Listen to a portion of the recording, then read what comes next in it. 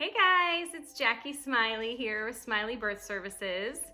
We are going to switch gears a little bit today. I am 34 and a half weeks pregnant, very pregnant. And I am planning a home birth. This should be my second home birth. And I just thought it might be helpful to some of you to bring you some of my tips. If you are invited to be a part of a home birth or even just a natural birth in the hospital or birth center, these are some things that might help you prepare to be a part of that process.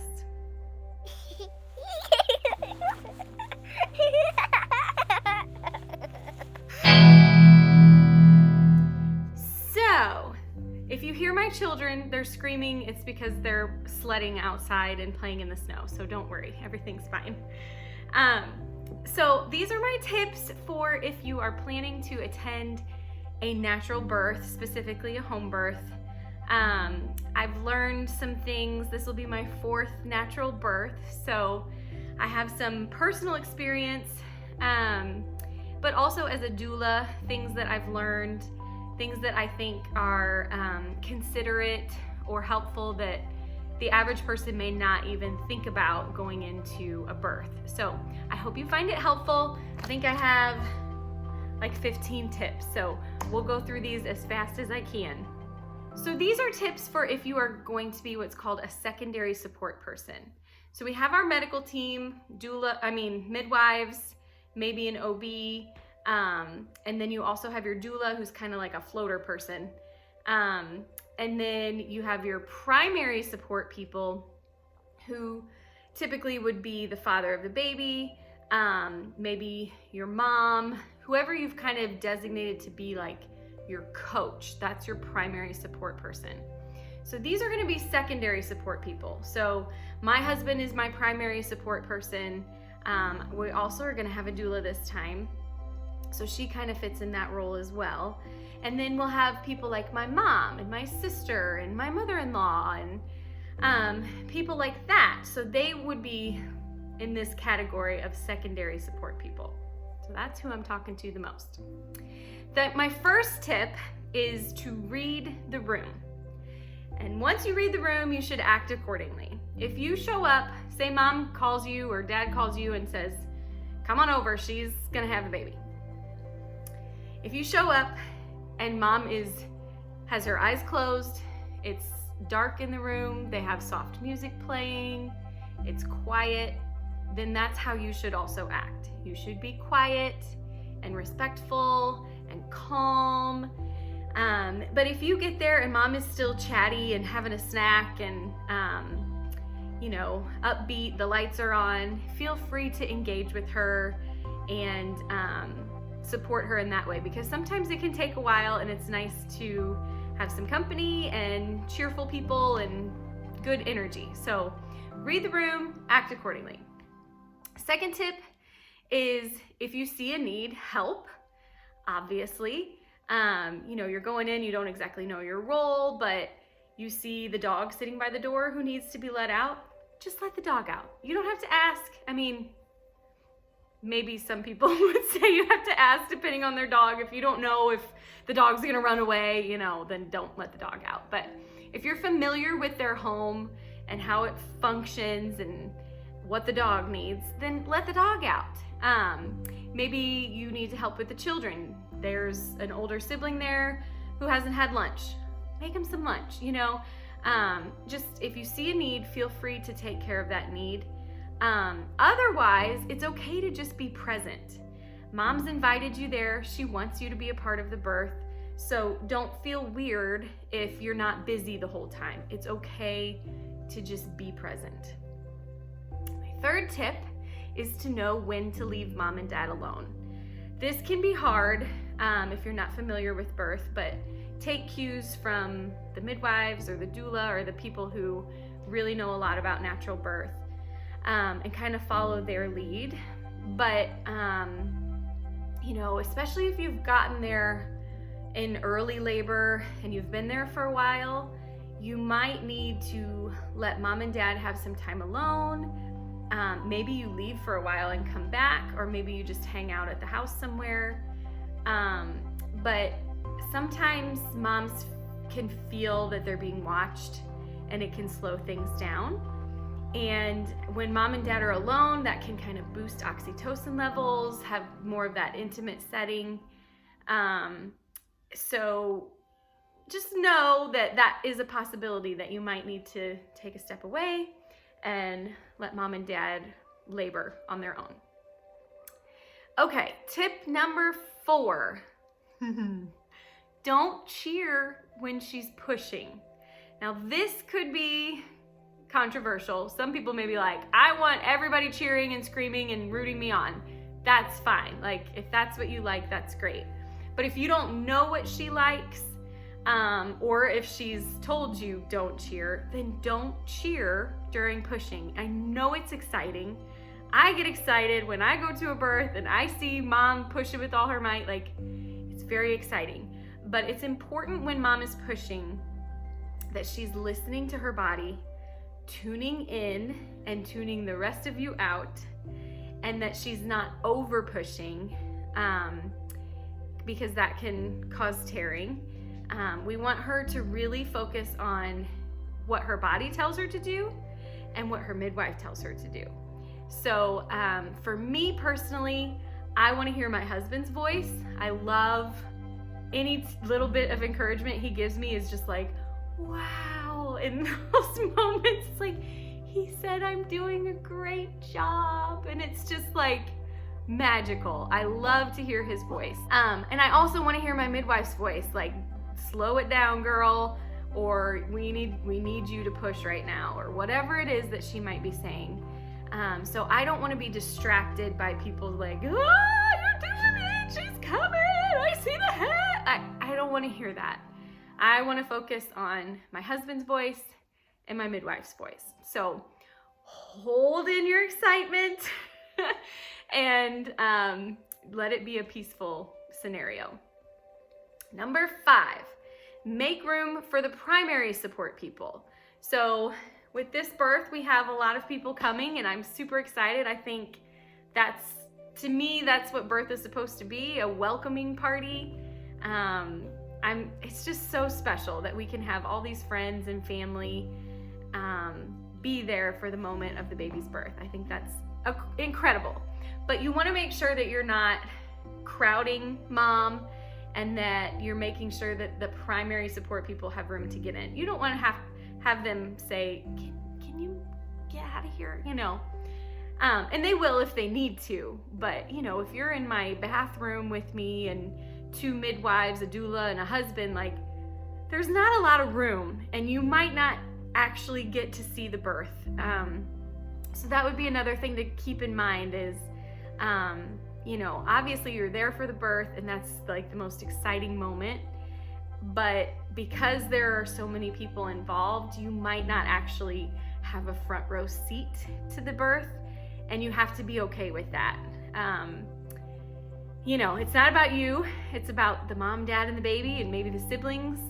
And obviously the midwife has to be in having a front row seat to the birth. So just keep that in mind, that mom wants you there, but she's not gonna clear the room to make sure that you have a front row seat. Not that you would expect that anyway. Okay, number 6 is dress comfortably. You could be standing a lot, so you want to wear comfortable shoes. You don't want to be overdressed and like uncomfortable the whole time. And then you also might consider wearing layers, something like this even, because I know with our last home birth, we actually turned the heat up, and we might have even put a space heater in the room so that when the baby was born, the room was a nice warm temperature to help her regulate her temperature. Excuse me.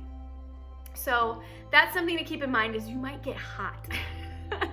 Or if you're in the bathroom and it's a steamy shower, or the bathtub is steaming up the room, it can get a little warm, so plan accordingly.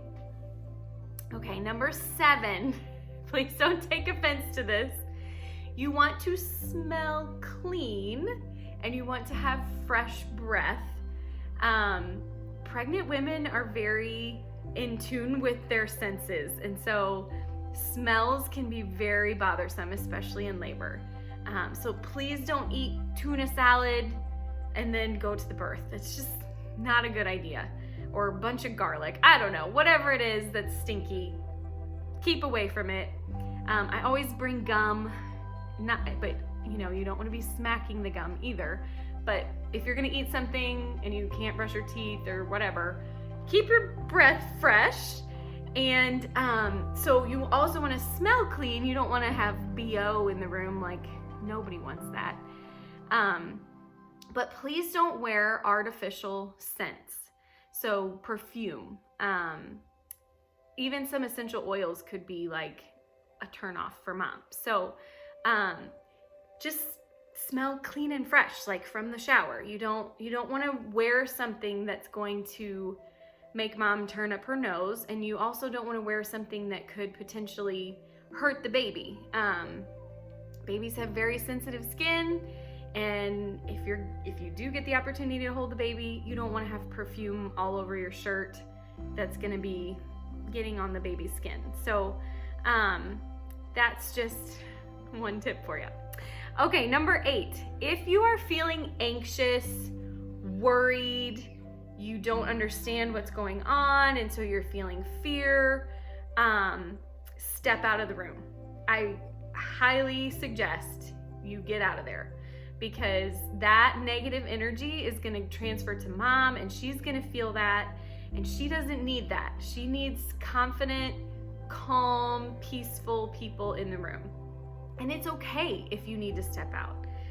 There's no shame in that. Birth is very intense. It can be hard to watch somebody that you love going through this process. So if you feel yourself getting anxious, tearful,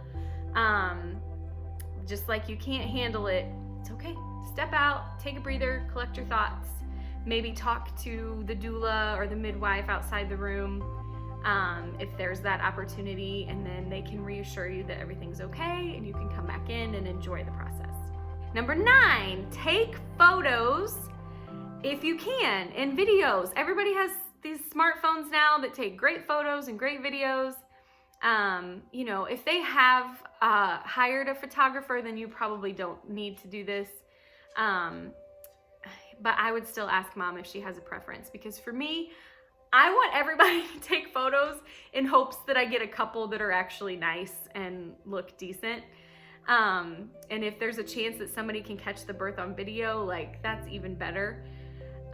Keep in mind, I always tell moms, if I give you the photos, I give you the video, and you hate them and you don't want them, you can always delete it. That's fine. But you might not think you want photos or video, and then later you get them and you're excited and you're like, I'm so glad that person took that photo or that video. I would have never thought I wanted that. So if you can do it without disrupting mom, we don't want flashes going off all the time. We don't want you pushing people aside so that you can get that good shot, nothing like that. But if you have the opportunity to snap a photo or video, I think that's a great idea. Okay, number 10.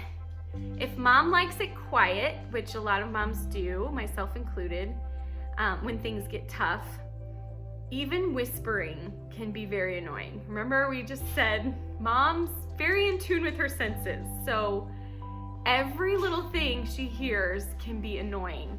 So you don't want to be that person who's whispering and an annoying mom. So be careful about that.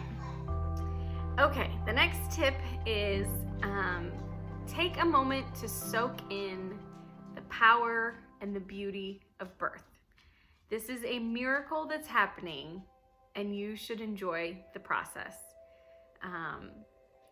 It's pretty special that mom has invited you to be a part of the birth, and so don't get caught up in what you're doing or what's going on. Just take a moment and soak it up, because it is an absolutely amazing thing to witness, and you should be in the right state of mind so that you can enjoy that. All right, I don't know what number we're on, but you want to give family time with the baby. So immediately after birth, we want baby with mom for at least an hour, 2 hours sometimes, a long time, okay? After that, she's gonna probably need to get up and go to the bathroom and get cleaned up a little bit. And so that's a great time for her to pass the baby off to dad, and dad can do skin to skin with the baby and have that bonding time. Next, we might have siblings who I know will be dying to hold their baby. Sister is what's happening at our house. I don't know personally if I will be ready for them to hold her at that time, or if I'm getting back in bed, I will probably want the baby back in my arms. But those are the primary people that need to hold the baby after birth. So I know we're gonna have some grandmas and some aunts who can't wait to get their hands on the baby. But that's not the time. And do not ask a mom if you can hold their baby. I pretty much have that as a rule all the time. When you ask a mom, can I hold your baby? It puts her in an awkward situation because she may not want you to hold her baby, but because you asked and she loves you, she's gonna feel like she has to let you hold the baby. So we don't want to put mom in that position. So it's best to let her offer. If she says, do you want to hold the baby? Absolutely. And that you can at that point say, anytime you want me to hold her, I'll take her, like anytime. And she will know to always offer that to you. But don't ask. Okay. The next one, if the midwives leave, it's probably time for you to leave too. So again, take your cues from the midwives, the doula. If they've all left and you're still like sitting at the foot of the bed, it's time to go. We need to give mom, dad, and baby some time together. You can come back the next day or come back that evening with dinner, something like that, but give them that time alone. Unless you've been told otherwise. I can totally see me saying, Mom, will you stay and just help with the big kids so we can enjoy the baby, or whatever it is? Can you throw dinner in the crock pot? Or, if mom says otherwise, then listen to her. The last tip I have is to respect the parents even if you don't agree with their choices. So odds are, if you've been invited to the birth, you already do. You respect the parents, and maybe you don't understand home birth, maybe you don't understand natural birth, but if you've been invited to be a part of that, the parents probably aren't worried about you voicing your opinion about vitamin K or how the hospital's safer or whatever it might be. But things can come up that maybe you didn't know that they were gonna do or not do, and you feel strongly about. Just keep that to yourself is all I can say. Again, it's a privilege to have been asked to be there and be a part of this baby's life. And odds are they have made very informed choices and don't need your opinion. So, your family or your friend or whoever it is you're going to attend their birth. And there's a time and place where it's appropriate to bring up concerns and say, so I noticed that you're choosing to do this or not do this, and I'm wanting to understand why that is, and let them present that to you. And then you'll get a feel for where they stand, and if that's something that you can talk to them further about, or if you have to kind of just smile and nod your head. So I hope that these tips have helped you feel prepared to attend a natural birth, and will make you a better attendee because you have some knowledge going into it. Thanks for joining me, and I will see you next time.